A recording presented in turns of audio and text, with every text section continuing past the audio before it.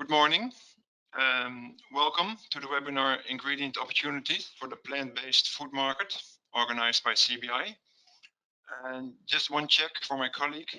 Can you hear me? So I know everyone can hear me. Yes, we can hear you, Thomas. Thank you, Iveta. My name is Thomas Vonk, and I'm working for CBI in the Market Intelligence team. As you can read on the screen, we cannot see or hear you. And please, if you have questions, you can always ask questions, but you have to ask them via the question tab on the right of your screen. And most questions will be answered in this webinar. The recording of this presentation will be available on our website in a few days. At the end of the webinar, you will receive a short survey about the webinar. It will take about 2 minutes of your time, so please fill it out for us. Okay.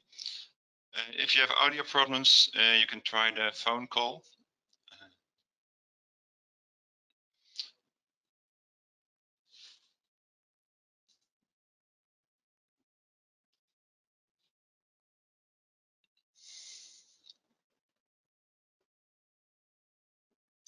I'm trying to go to the next slide.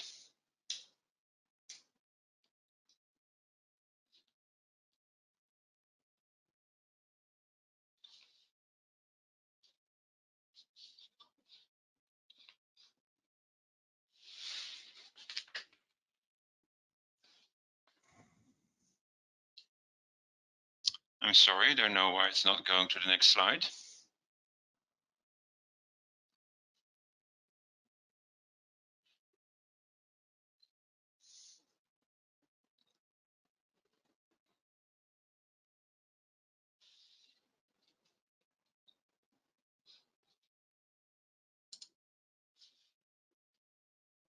Okay, there we are.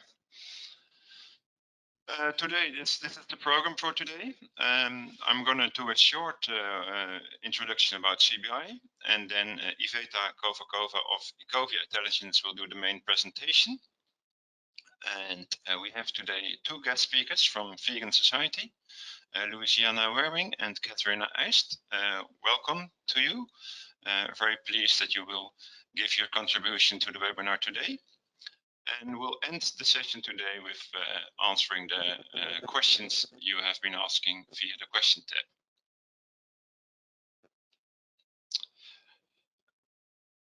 tab. Okay, CBI is the Center for the Promotion of Import from Developing Countries.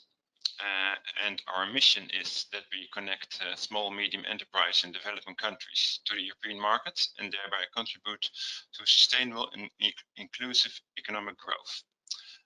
So we contribute with that to the United Nations Sustainable Development Goal number 8, which is decent work and economic growth. We are active in 14 sectors at the moment, and we can start new projects in 24 countries. The sectors are here on the screen, and today it's mostly about natural food additives. But for natural ingredients, we'll also have the sectors natural ingredients for cosmetics and natural ingredients for health products.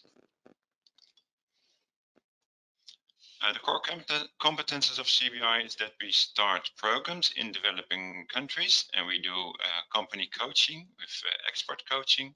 We give trainings, also on certification. We work with governments and business service organizations to enable and to support in an export enabling environment. We do missions with the companies for European Union market entry. So we visit trade fairs. We organize online sessions where you can meet buyers. And last but not least, on our website we offer a lot of market intelligence studies, which give you all kind of tips and insights in the market. So we invite you to go to our website, cbi.eu, where you can find more about our expert programs. and also where you can find for your sector market information. There's also a small animated video which explains what we do with market information. So we have studies like bio requirements, which certificates are needed, what are the bio requirements for your project. We have tips to organize your exports, and we have a lot of specific product studies. The product studies are, for example, we have studies on arabic gum, seaweed extract, and oleoraisins for the sector and natural food additives. So please visit our website and see if there's some valuable information for you to find. I'll give the floor now to Iveta, who will do the main presentation. I'll make her a presenter.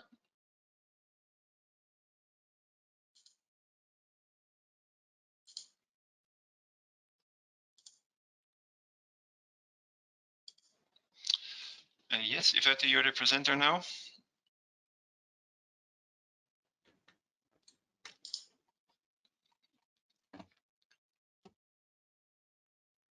Yes, can you see my presentation? Yes, I can see it. Okay, in the present preview mode, right? Yes.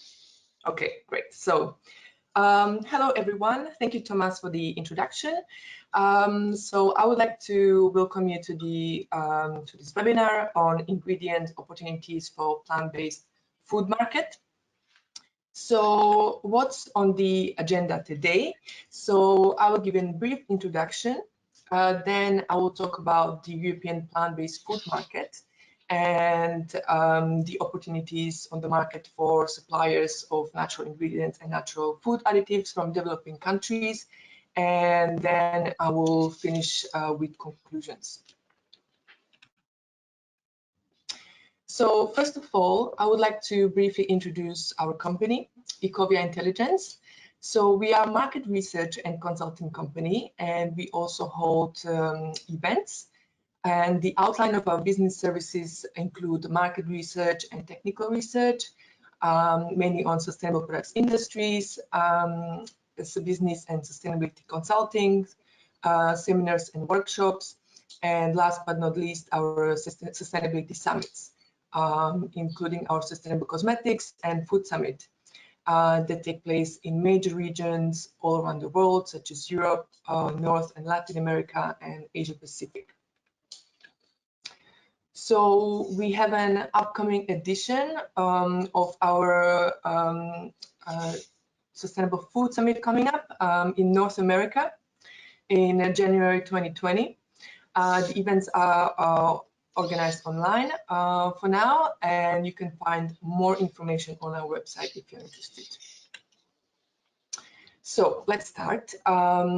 So the European market for plant-based food was valued at around 3.6 billion euros.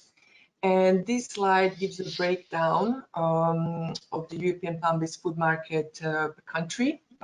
So we see that leading country markets are is Germany with 23%, then it's the UK with 21%, then it's Italy with 14%, Spain with 12%. Other leading markets include France and the Netherlands as well. So this slide illustrates the comparison between the conventional food and drink market in Europe, organic food and drink market in Europe, and finally the European plant-based food market. So when we look at the numbers, we see that there is still a lot of room or potential for the European plant-based food market to grow. When we look at, for example, Germany, the organic food and drink market was valued at almost 12 billion euros, whereas the plant-based food market hasn't reached 1 billion euros yet. So we expect in the next 5 to 10 years the European plant-based food market to grow. So here we can see a share of vegans and vegetarian consumers in some of the leading sort of country markets in Europe. We see that the share of vegetarians is higher usually than vegans.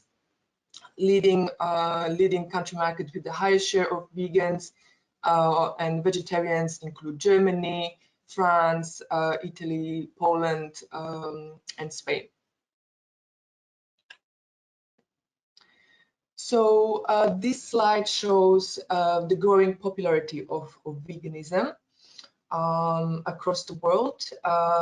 So we see that the searches, Google searches for the term veganism has increased exponentially between 2008 and 2018. And we can also see a comparison between the UK and worldwide.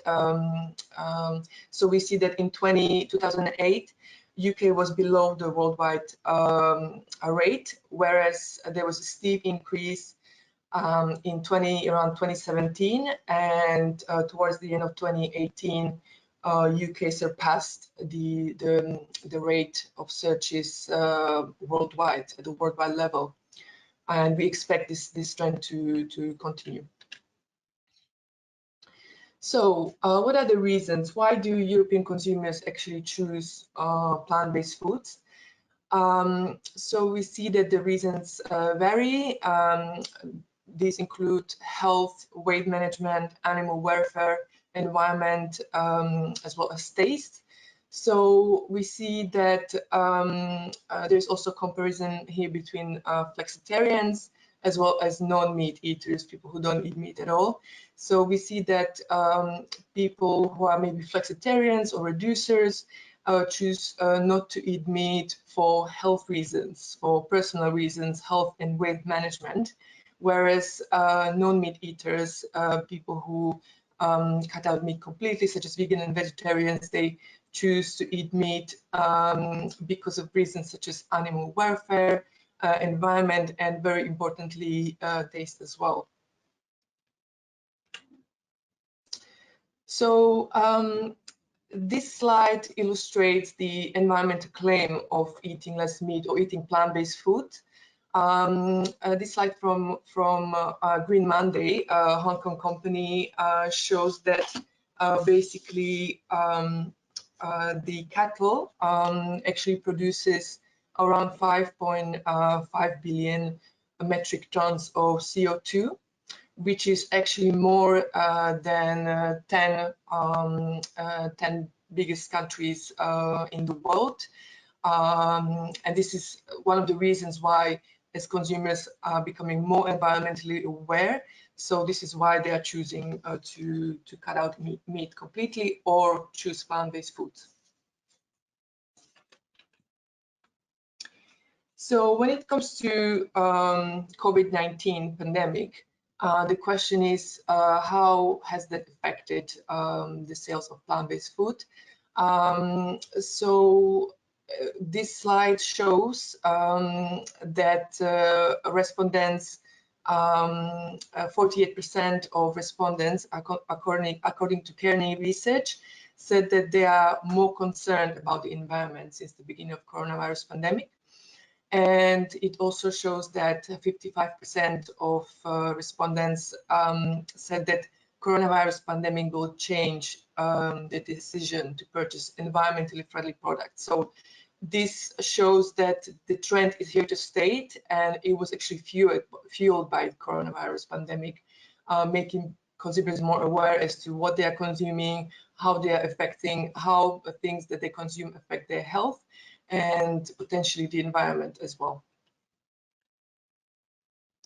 So what are the most popular sort of plant-based products that consumers in Europe purchase? So we see that dairy alternatives are very high up.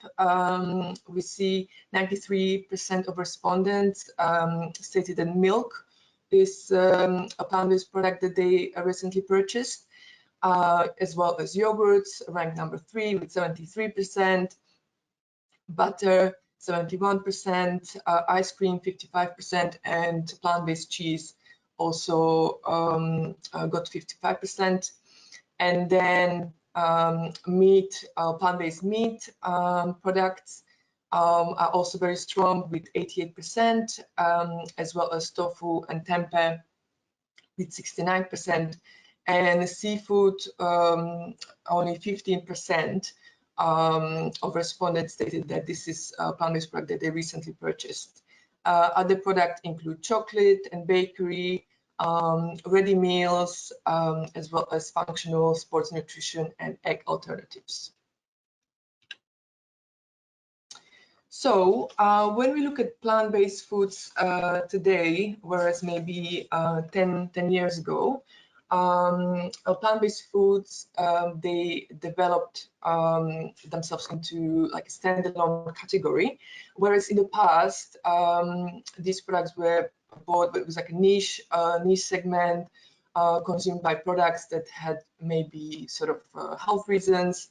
They were mainly meat analogs and plant-based foods, plant-based milk. Whereas now, plant-based food products have actually texture and appearance that is very that emulates animal-based products. And basically, whereas in the past, these type of products were consumed by green consumers, very often they were certified organic. Now, these type of products are sold in supermarkets and they are consumed by mainstream consumer. So when it comes to plant-based proteins, these are the most common proteins, plant-based proteins used in meat alternatives in Europe. So we see it's wheat, soy, pea, and potato. These type of proteins are used mainly because of their availability, the costs, as well as functional properties. For example, potato protein can develop sort of like a gel-like texture and can improve quality of plant-based products. These proteins are more or less established, and formulators are sort of familiar with them. However, where we see more opportunities for suppliers of natural ingredients from developing countries are sort of like other sources of vegan protein. So this slide illustrates potential sources of plant-based protein. It includes categories such as grains, seeds, beans, nuts, vegetables, and fruits.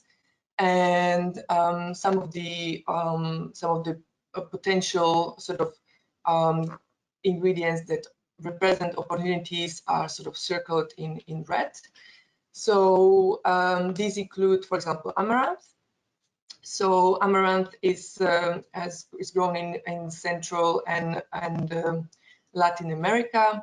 Quinoa originally comes from Latin America, Peru, but also grows in other regions. Teff is an Asian grain that is native to East Africa. Spirulina can be grown and cultivated mainly in subtropical, tropical regions. Sesame seeds, they are also native to Asia and East Africa, as well as chia seeds. They are also cultivated in Mexico, Guatemala, Ecuador, as well as Bolivia. So other sort of area of opportunity for plant-based protein are sort of non-traditional sort of sources. So here's an example of a UK company, Corn, that produces meat analogs. And they have been using plant-based protein derived from mushrooms, even though mushrooms are not technically plants. So this type of protein has many advantages as opposed to other sources of plant-based protein that is used in meat analogs because of the texture and is not as processed. So these plant-based proteins is actually made from the vegetative part of mushrooms, like the roots. It's actually a type of fungus that has sort of like it's made of fibers, which gives off the impression that has a similar texture to meat. So companies such as New Wave and Sophie's Kitchen are also very innovative when it comes to plant-based food, protein, and plant-based seafood. So they develop products based on ingredients such as seaweed. And for example, Sophie's Kitchen, they produce their plant-based seafood made from konjac. Which is also an interesting opportunity for suppliers of natural ingredients. So konjac is high on protein, high on fiber. And this product category, as we saw, is not as developed.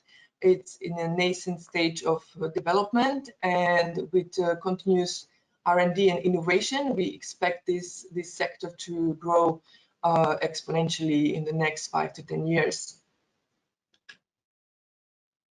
So another opportunity could be ingredients for meat alternatives, ingredients that actually emulate meat and that are more wholesome, natural, and unprocessed. So one example is jackfruit that is grown mainly in Asia as well as Africa, and is used as a meat alternative because of its texture. Another example are fava beans that are very often used with pea protein. Fava beans are utilized in meat alternatives as well as plant-based dairy and snacks. I was at this slide, I'm not sure what you've heard. So I was talking about the three sort of groups of dairy alternatives. One is established, which is plant-based milks, then trending products, where plant-based food companies actually adding more products into the plant-based products portfolio. So these include yogurts, creams, butters, and we've also seen sort of food companies adding some of the well-established products turning them into plant-based versions, such as, for example, Magnum ice cream. And the third category, we see that consumers want to try new sort of plant-based milks made of new ingredients or novel ingredients such as nuts, seeds, grains. So examples include barley or hemp.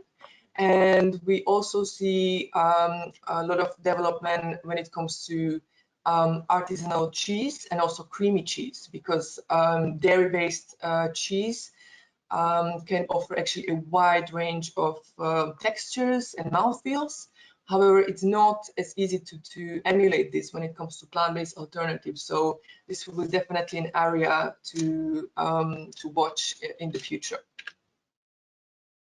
So what are the opportunities for suppliers of natural ingredients and natural food additives from developing countries when it comes to dairy alternatives? So we think that there's a lot of opportunities because many natural additives can be used in vegan formulations. So these include gum arabic, guar gum, and other gums that are considered vegan or alternatives to other like animal-based food additives such as gelatin. Also seaweed extracts such as agar, and carrageenan can be used in vegan alternatives because they are derived from seaweeds.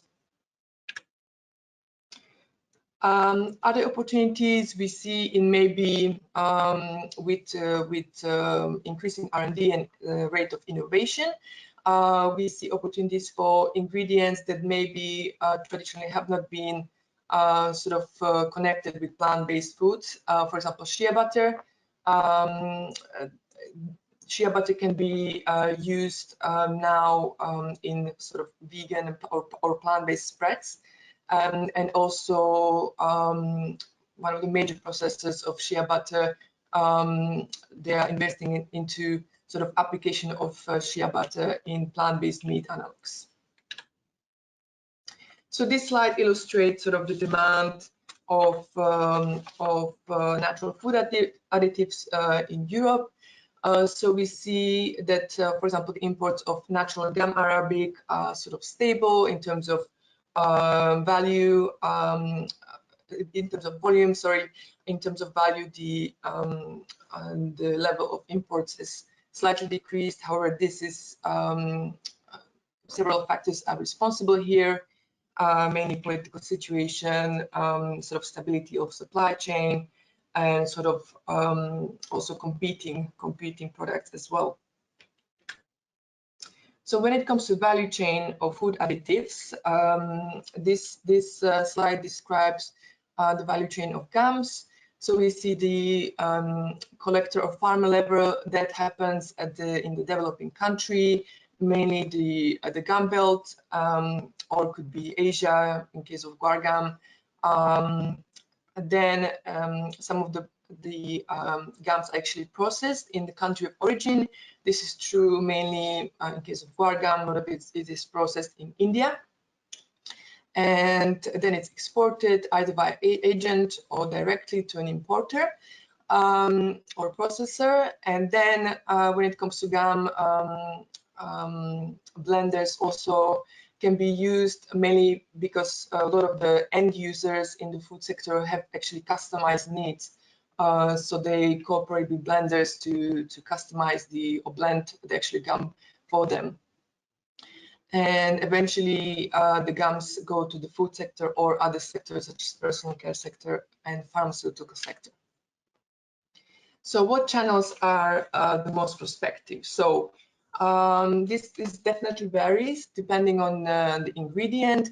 There are more or less 4 types of buyers present on the European market. So first of all, we see large to medium-sized buyers.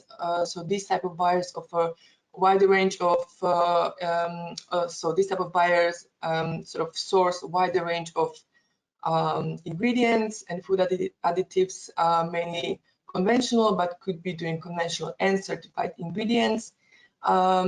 Many large importers also set up their own sourcing projects. Then we have small to medium-sized buyers.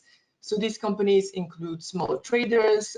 They tend to specialize in certain sectors or certain specific type of market, including just certified ingredients. So we have large to medium-sized food companies. This group includes conventional food companies that source natural food ingredients and additives directly. So usually they source larger volumes, and very often they set up their own sourcing projects. However, it's not that easy to get into this kind of partnership. And small to medium-sized natural and organic food companies. Natural and organic food companies that almost only use natural or certified ingredients. So the most prospective sort of channel would be buyers, large to medium-sized buyers, maybe depending on the volumes that you're able to supply. So one of the challenge that plant-based foods face is the clean label trend, where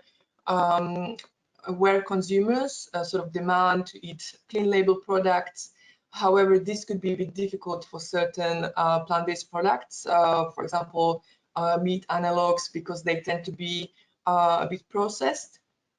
However, we expect that plant-based food companies will actually tackle this issue in the near future. So this is also a trend to watch. And for example, when it comes to some natural food additives such as gums, they can be used in clean label formulations. So what are the conclusions? So we know and expect that the European plant-based market is growing and will grow in the future.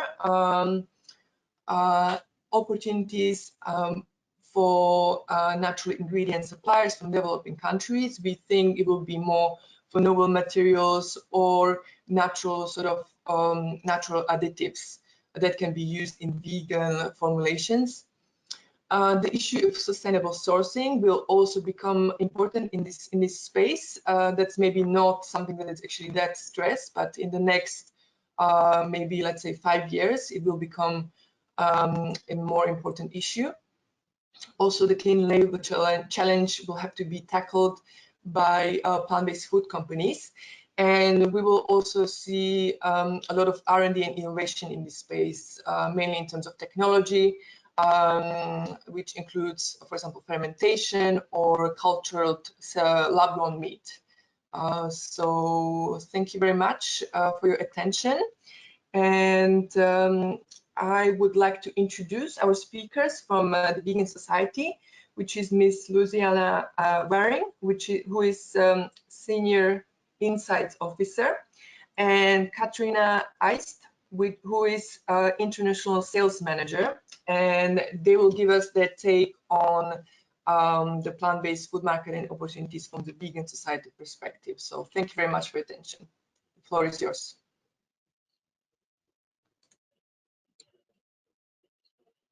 Thank you very much, and thank you for your presentation. That was really interesting, particularly everything about the new ingredients that you see up and coming. So thank you. Can you see my screen okay? Yes, I can see it. Thanks, Lulu. Perfect. Good morning, everyone. My name is Katharina, and with me I've got my colleague Louisianna. We will introduce ourselves shortly. I just first wanted to say thank you very much for inviting us to this webinar. We always really appreciate when we can spread the word about veganism and the work we do, of course. So thank you, CBI and Ecovia. So my name is Katharina. I work as the International Trademark Sales Manager here at the Vegan Society. The Vegan Trademark has basically worldwide local partners, and I overlook that work. So in a nutshell, I'm basically responsible for our trademark's international expansion. Lulu, would you like to introduce yourself? Yeah, good morning. As Kat said, thank you so much for having us here. We're very happy to be invited. My name's Louisianna, and I'm the Senior Insight and Policy Officer at the Vegan Society. I work in our campaigns, policy and research team, but also help out with some of the trademark insights as well. So today then, what's on the agenda? So we would like to speak about who we are as a charity, the work we do with our vegan trademark, because some of the findings that we will be presenting today are drawn directly from our work in the trademark team. Then Louisianna will talk to you about what factors are driving growth in the vegan markets in Europe, and then she will address some specific European trends.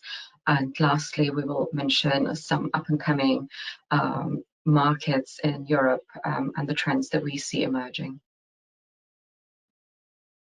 Thank you. So to begin, I'm going to begin with the definition of veganism, because I think, hopefully everyone would have heard the word, but perhaps different people have their perspective about what veganism is, but it does have a defined definition, and this is from the Vegan Society.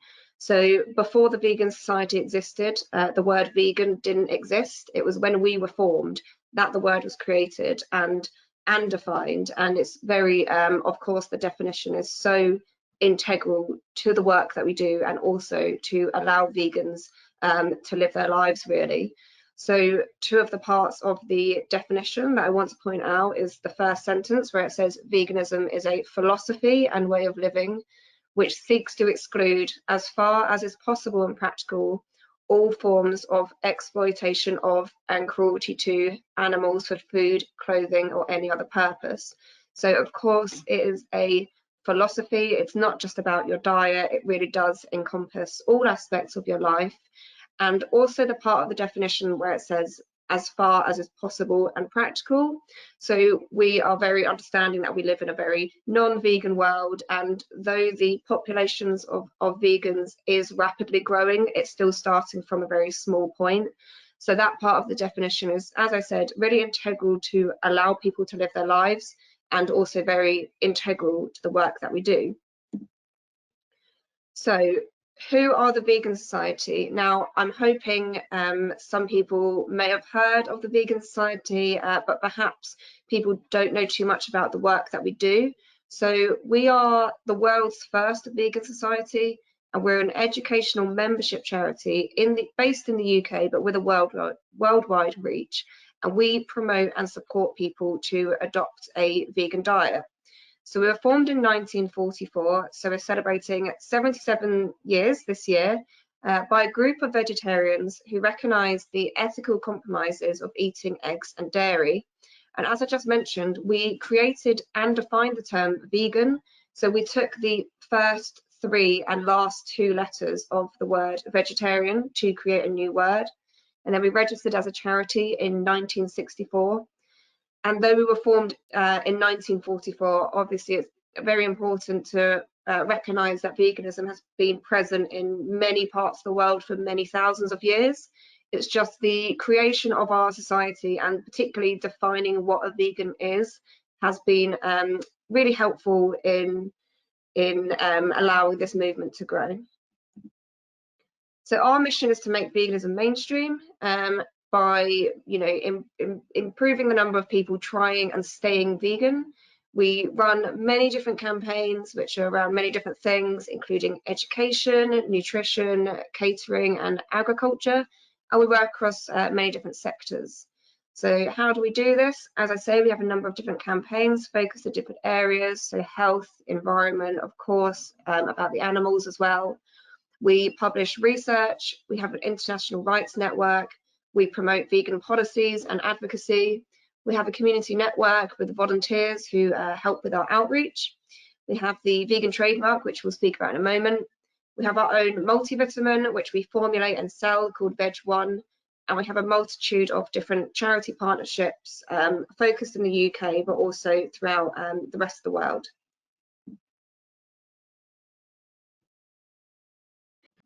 Right, so the Vegan Society established our international vegan trademark, the very first one as well in the world in the 1990s, to improve product labeling and to create a global vegan standard. So when you see that logo on products, it means that this product is free from animal ingredients and has not been tested on animals. As such, a registration by a brand with the vegan trademark gives brands the confidence to shout out about their vegan credential. The vegan trademark, by the way, is the one, when you see the very first one is the Vegan Society or charity logo, then comes the trademark, and our Veg One is the vitamin that Louisianna just talked about. And in Iveta's presentation, I was looking at the products that she featured on, and on some of them, the vegan trademark was also present. I hope you have noticed. So we call the vegan trademark our oldest campaign, as through it we consult companies and manufacturers and educate and provide transparency to the public and about vegan ingredients. So for the purpose of today, as you can imagine, working with companies in 79+ countries across many industries for over 30 years gives us a unique view, of course, into the trends and developments in the European and beyond vegan and plant-based sector. So just to recap, we're the oldest vegan labeling scheme established in the 1990s. We're the most recognized and trusted vegan trademark. It's year after year that we run our surveys to test, our brand awareness. By the way, it's completely independently. The public does not know that we're behind it. We come out as the most recognized and trusted. And I think that's because we have very rigorous standards that we uphold. And today we have over 54,000 products, and this figure just rises with every day. So last time we've compiled this was 54,000 products, and we register products across multiple industries. It's homeware, it's textiles, it's food and drink, and so many. There is no limit to what we can actually register and what the public actually wants these days. Okay, so what factors are driving the growth in the vegan market? So Iveta did cover some of these in her presentation, and we've got a few more things to cover as well.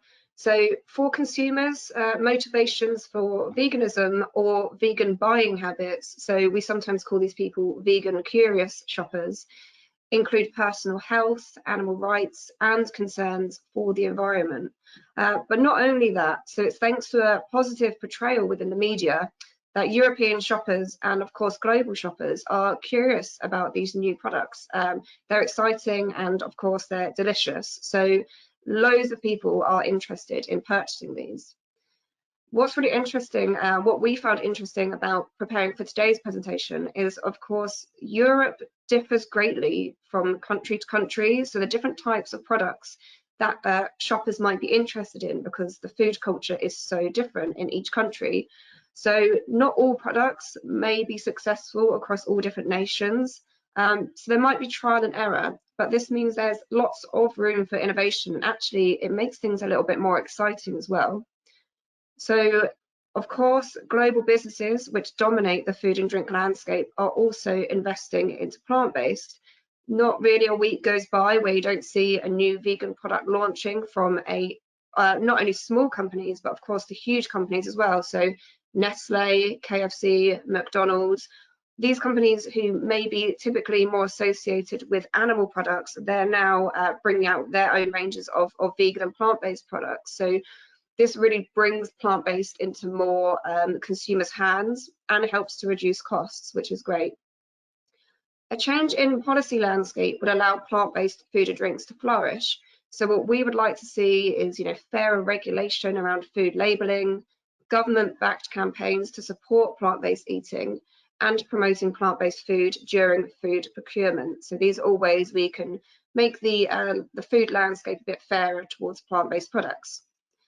Something which is quite exciting is that, as I said, restaurants are embracing plant-based, and restaurants and other food service play a critical role in driving long-term trial and consumption of plant-based products.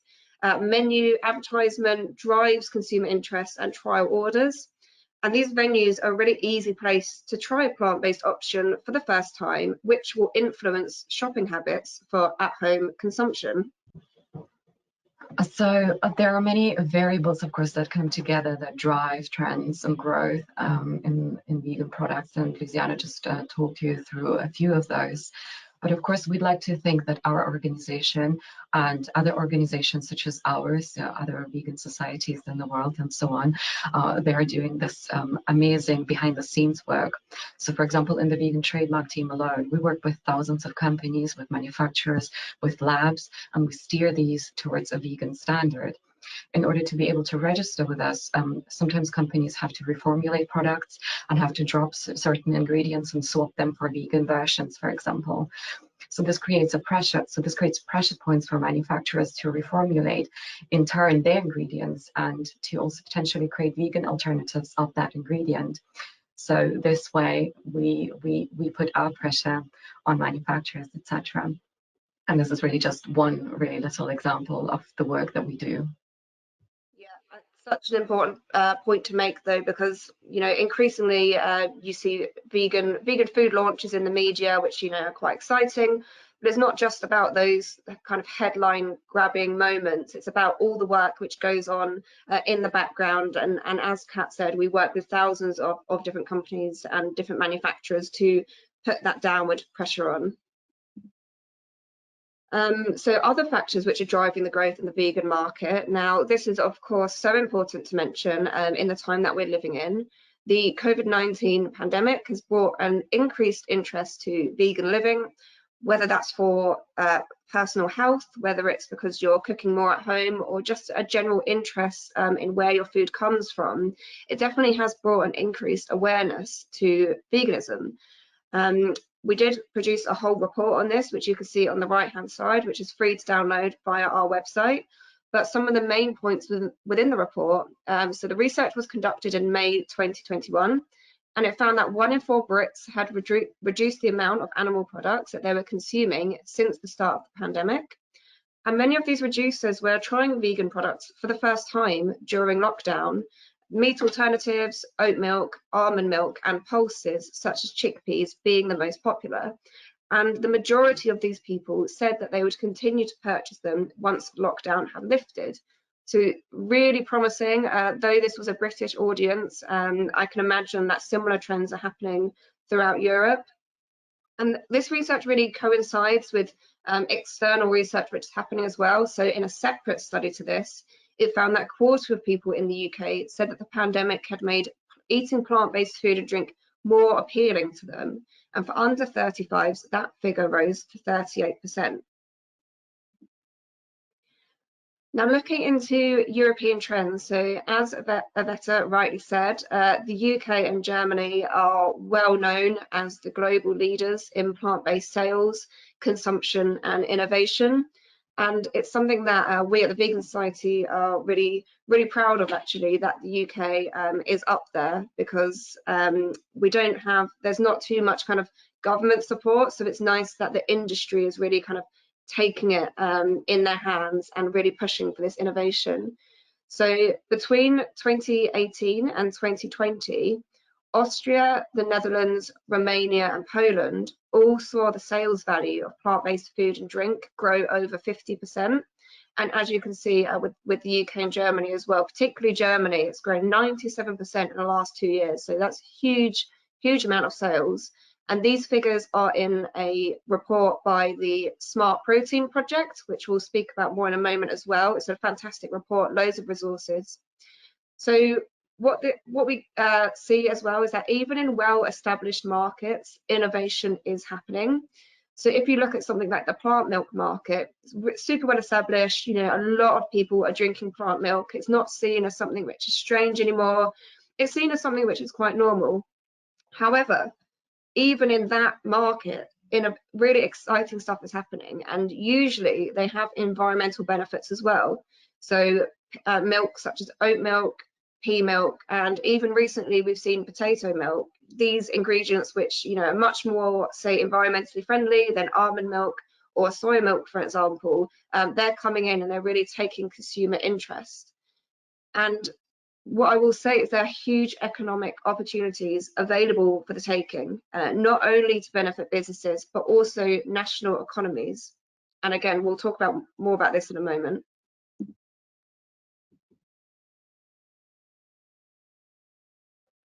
Kat? Apologies. So in preparation for this webinar, I scoured our trademark database, and our research, and my research corroborates Louisiana's research and actually Iveta's as well. So we're all coming to the same figures. So yeah, the top 3 countries with the most trademark holders in Europe, plus the growth rate between 2016 and 2021 were UK, Germany and France. And as you can see the numbers there, huge growth in registrations. And you have to please bear in mind that we're not the only certification scheme out there. We have competitors, of course, and if we took those numbers together, they could potentially be double, triple of that. I've included also the Netherlands, so given that we're speaking to a Dutch audience, the Netherlands are also in the top 10 and have seen a 300 increase in product registrations over the last 5 years. There were some surprises when I actually looked at at our data, and I've included just 2 countries really that saw almost no registrations in 2016. These were Poland and Russia.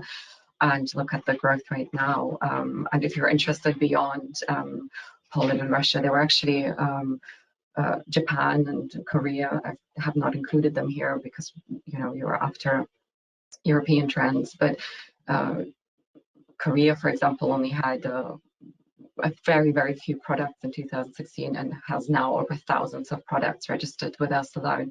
So there you see. In fact, when I looked at it, no country had seen a fall. In fact, all countries that we work with are all seeing an increase in product registration. So all countries in the world are part of this vegan revolution, it seems. Thank you. Yeah, so really exciting figures there. So European opportunities. Well, as I mentioned before, growing consumer interest presents a huge number of business opportunities. Some of the categories which we expect to explode in the next couple of years are plant-based fish products. So historically, we've had things like plant-based fish fingers, but as you saw in Iveta's presentation as well, I think I saw some other plant-based fish, so things like plant-based shrimp, vegan sushi. These more kind of upmarket products, they're really coming in to the mainstream now, and we're seeing a lot more of them, and we expect that market to rapidly grow in the next few years. The interesting thing about fish as well is that people don't really consider, when people are kind of cutting back on their meat consumption, they don't really think about fish as much. So this is why this area for us is even more exciting, because, you know, this fish really do need some kind of increased attention, because we do need to be eating less or ideally no fish to help with our oceans. So vegan fish is going to be a big market in the next few years.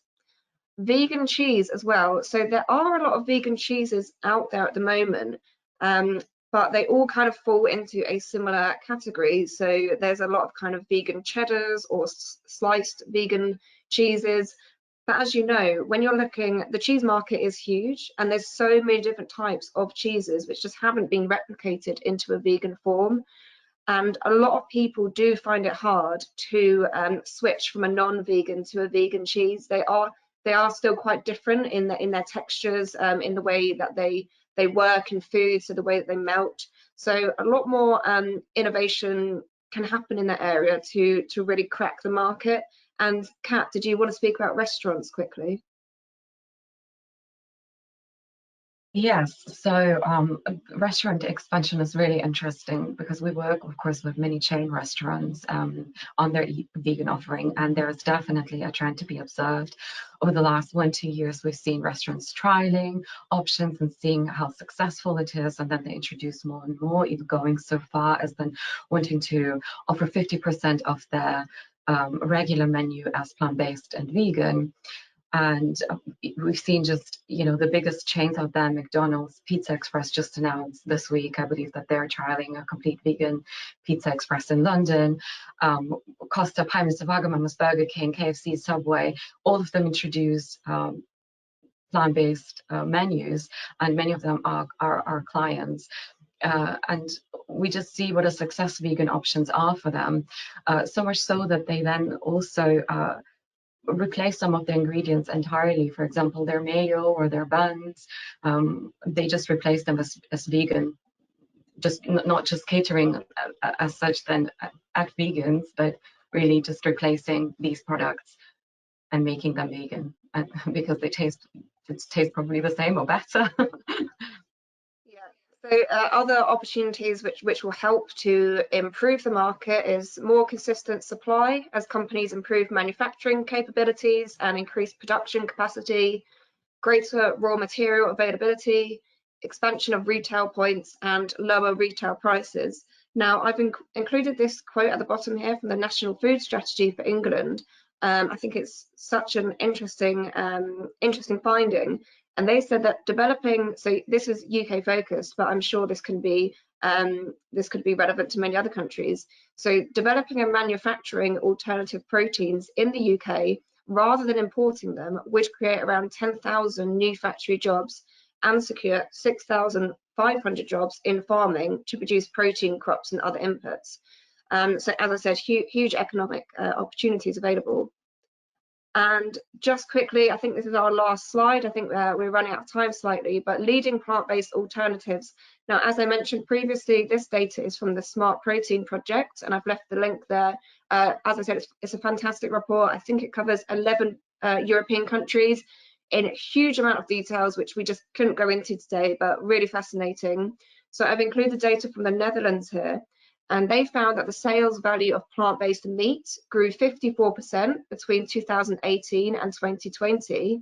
So that's the graph on the left there. And as well, sales value of oat milk grew 69% in the same period. Now, you can see that huge percentage on the graph on the right, and that says that plant-based cheese has sales volume has grown 400% in the last 2 years alone. And the area which is really exciting is you might be able to see the tiny little blue part of the graph on the right. So it said other plant-based cheeses, which include cheese pieces and cream cheese, have increased their sales volume by over 1,000% in the last 2 years.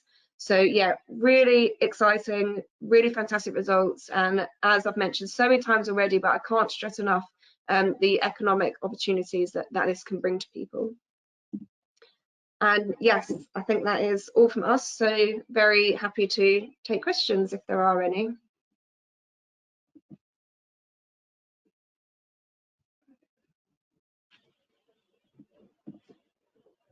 Thank you, Louisianna, and thank you, Catherine.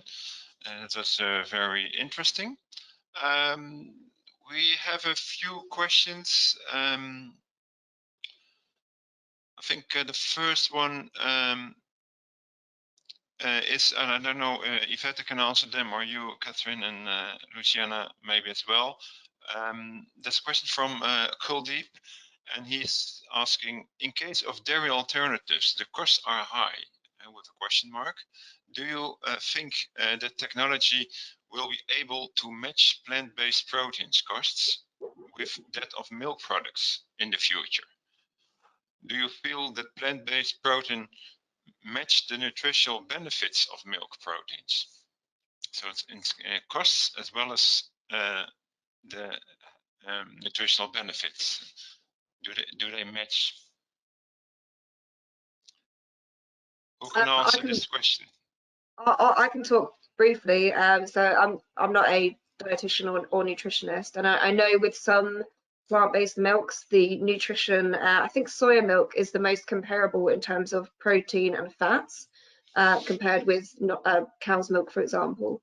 And we would always recommend to go for a fortified version as well, so fortified with calcium and B12 and iodine, I believe.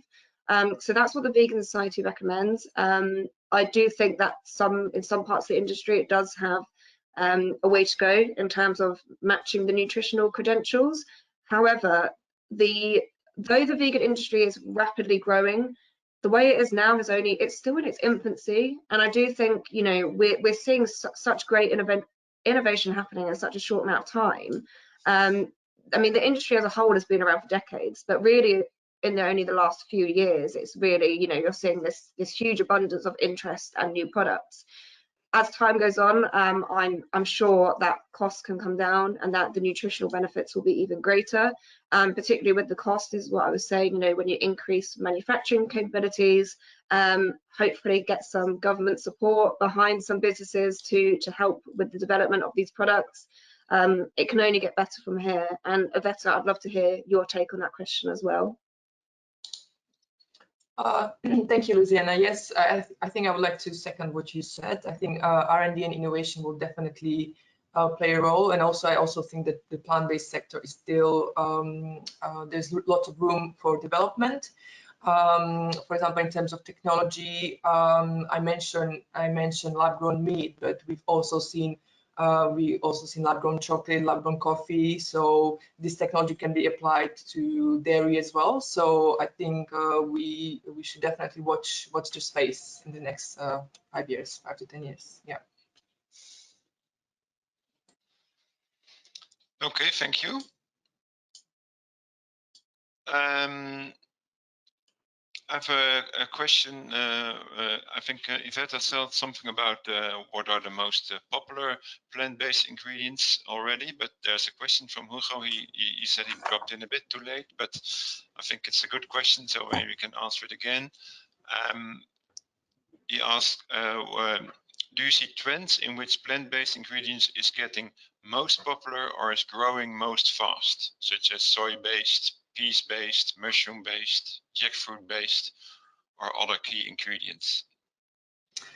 Well, yes, this is definitely, it's a complex question because like different ingredients are used for different products, but we can definitely, when it comes to plant-based milks, ingredients like oats, almonds, coconut are definitely more established. But when it comes to like a new innovation, we can see sort of plant-based milks made of other nuts, seeds. For example, hemp is becoming very popular, especially in the UK and Germany. Then I think the slide that I showed that pertained to the most common plant-based proteins used in meat analogs, in meat alternatives. So those ingredients such as wheat protein, pea protein, soy protein and potato proteins. These are sort of established, and there is continuous demand from them. But then when it comes to potential growth, we will also see growth from sort of like a novel sources of proteins.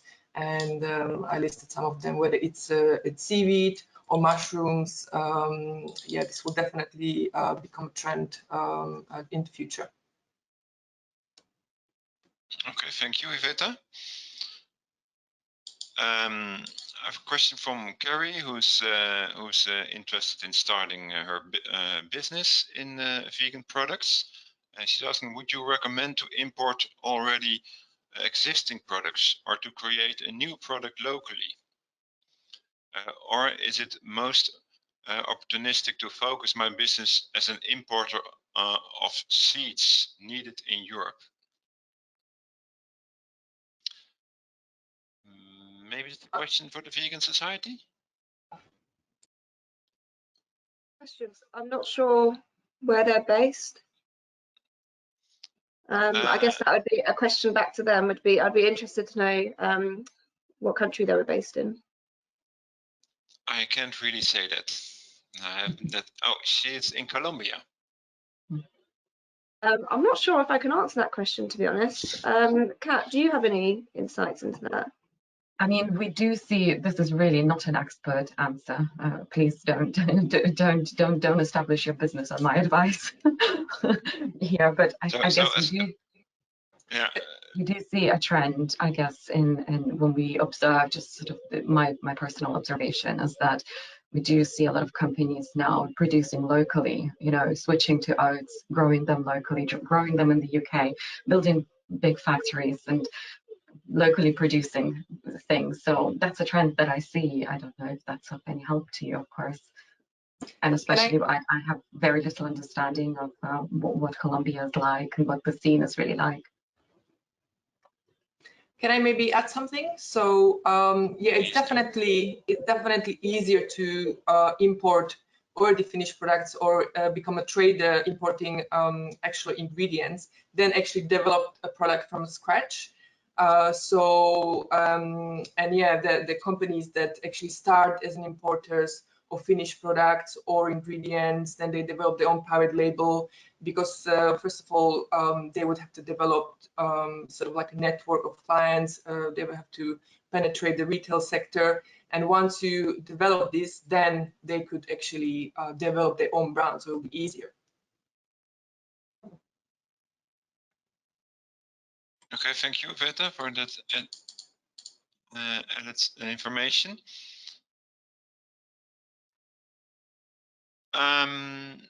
Another question from Liz.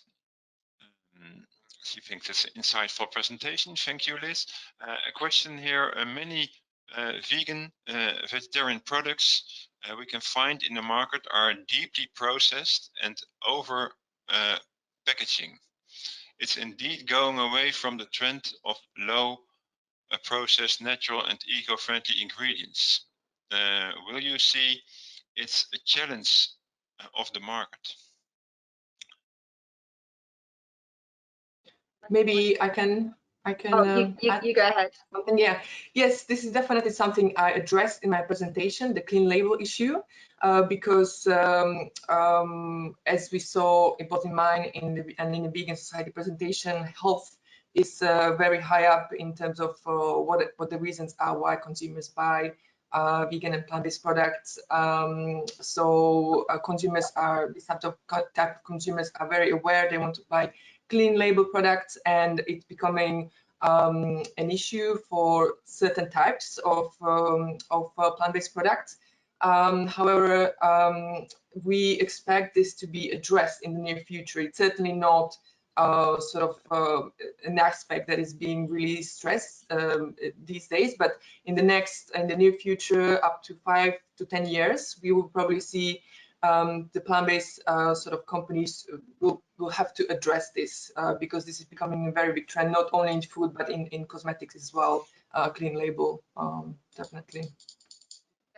And just to add to that as well about the processing and the packaging, because it's definitely something that does come up, and it is a critique of the vegan industry, and that's not a negative thing. I think, you know, we all need to kind of look at the industries we work in and how we can do better. What I would say is that the processing and packaging is definitely not unique to the vegan and plant-based market. It's the whole food industry is really needs to kind of work together to solve this issue. I think sometimes the plant-based market does get held to a bit of a pedestal, and you know, it's not perfect, certainly isn't perfect. What I will say is that a lot of the vegan and plant-based businesses that we work with, the people who own them really deeply care about the planet and their customers. And a lot of them are really trying to work towards, particularly with the packaging, we do see a lot of vegan brands go towards the more sustainable or at least recyclable or reusable packaging. As I say, the food industry really needs to come together. That's when we're going to see big changes, when we all work together, because some of the issues that we're facing with these, you know, in terms of like plastic pollution, it affects everyone on this planet. So this is why we all really need to come together. And as Iveta says, hopefully in the next few years, we can all work together to solve these. We're not perfect at the moment. Hopefully, you know, we'll work towards not perfect, but a better industry in union. Yeah, bit of a long answer from me, but. Thank you, Louisianne. Another question, of course, I saw also in the presentation, there's a lot of opportunities for like the grain pulses and oil seeds, and also was mentioned the seaweed. But there's a question, how about moringa and baobab powders? Is there growth in the vegan world for that kind of products as well? So the moringa powders, baobab powders, maybe other health product like jackfruit powders as well? Yes, yeah, yes, definitely. There is a demand for these type of ingredients as well. These type of ingredients are usually marketed as superfoods. They're not necessarily marketed purely on the sort of vegan claims. But yeah, definitely there's a room for vegan superfoods on the market, especially because moringa, as well as baobab and other superfoods, they have high content in different kinds of vitamins, minerals, etc. So there's definitely a potential for this. Okay, thank you. That's good to hear. I have here a question, maybe it's a bit too technical, but is there a guideline available to test the plant-based product on the maximum pesticide residue test?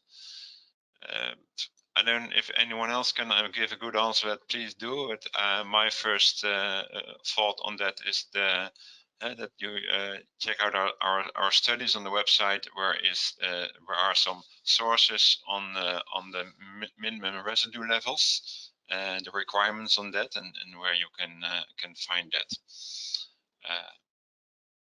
Anyone else something to add? If Yes. there is a guideline available for that?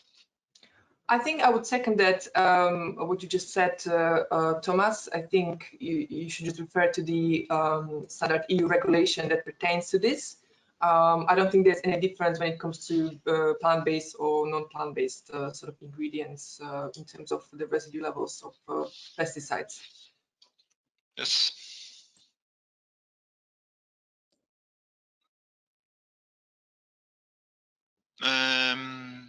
Okay, I'm just going through some questions again.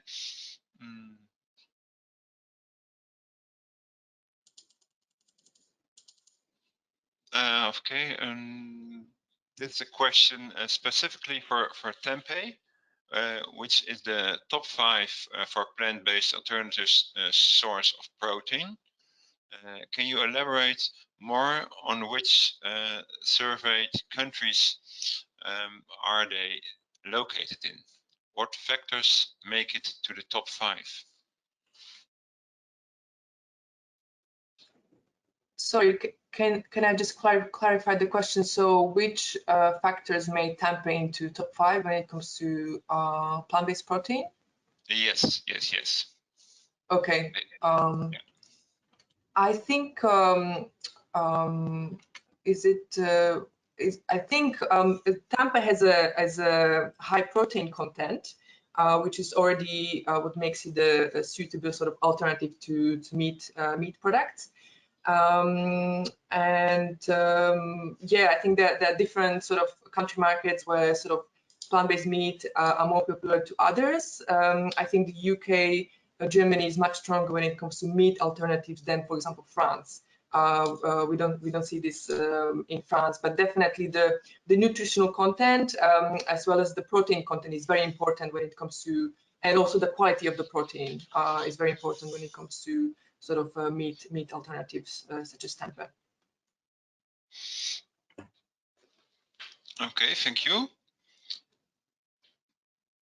Okay, question from Edward on the Arabic gum presentation. I think he means the Arabic gum study, the gum Arabic study. I will send you the link after this webinar.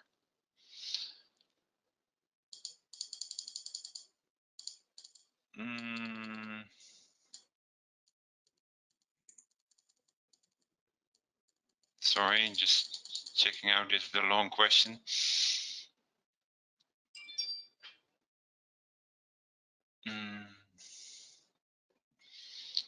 Okay. Yeah, we're almost out of time as well. Let's end with one more question.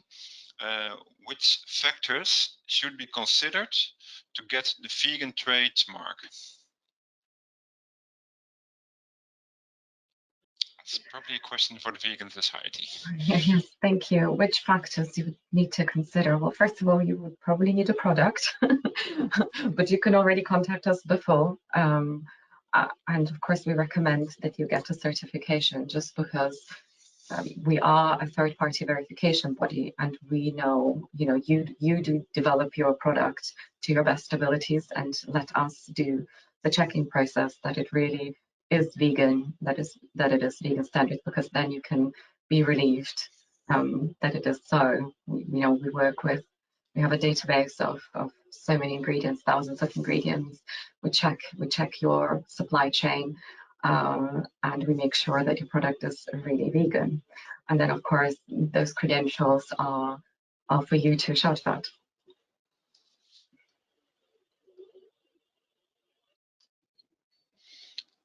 Okay, thank you very much. Thank you, Catherine and Louisianne. Thank you, Iveta. We're at the end of our webinar. We've answered most of the questions, and I will thank the audience as well for listening in and for asking your interesting questions. I hope we've all learned a lot today, and I hope to see you with our next webinars. Thank you. Thank you. Thank you.